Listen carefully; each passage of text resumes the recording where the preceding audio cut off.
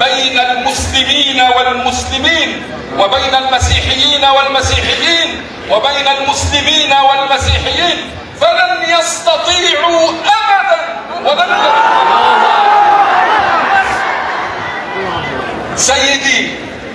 سيدي الدكتور أبي أحمد، ألف تحية لك،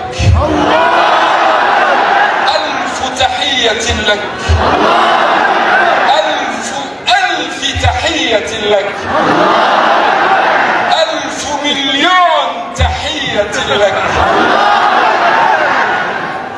سيدي، أنت حينما فتحت الباب أمام هؤلاء الجماهير من النساء والرجال، أنت حينما فتحت الباب لأول مرة في تاريخ إثيوبيا،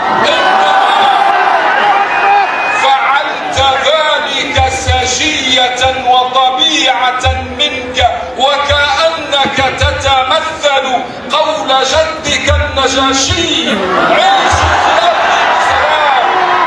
عيشوا في أرضي بسلام، عيشوا في أرضي بسلام. إثيوبيا تعرفون بلد من؟ بلد بلال الحبشي الذي صعد الكعبة، ولم يكن لأحد أن يصعد الكعبة وظهر الكعبة ليؤذن في حضرة الحبيب إلا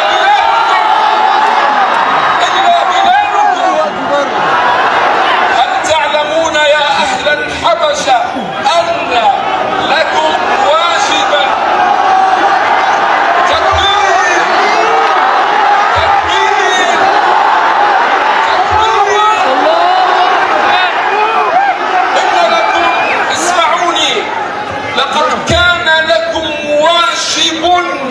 نحو رسول الله وقد أديتموه. أتعلمون ما هو؟ أتعلمون ما هو؟ أم أيمن، أم أيمن، أم أيمن، أم أيمن، أم أيمن.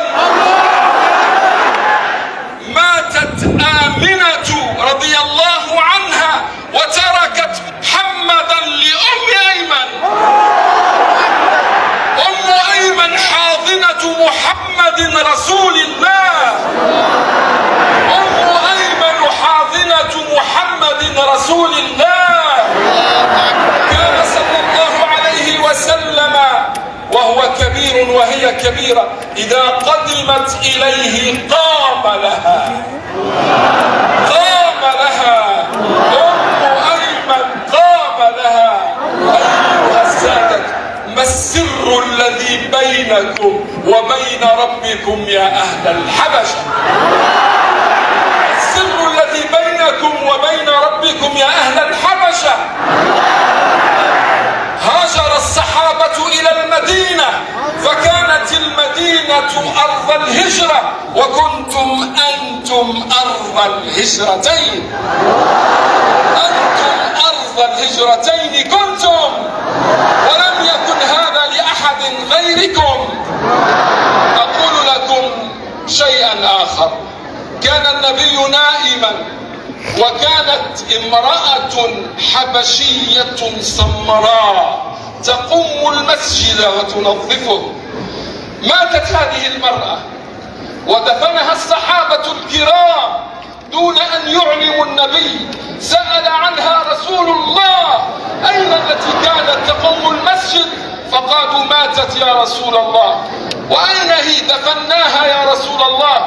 فقام النبي فزعا وذهب إلى المقبرة وصلى عليها عند قبرها، ولم يكن ذلك لأحد أبدا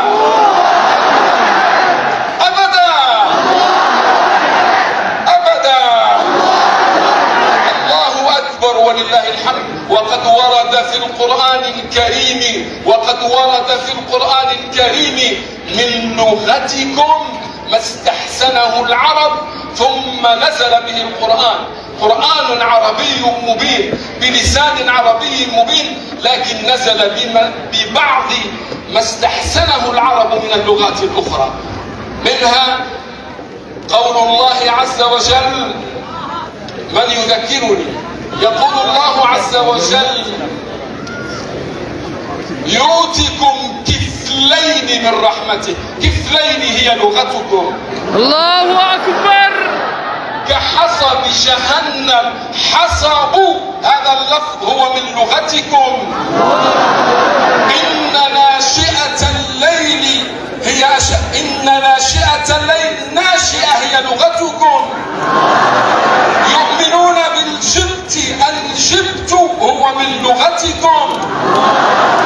الله أكبر ولله الحمد. الله أكبر ولله الحمد. الله أكبر ولله الحمد.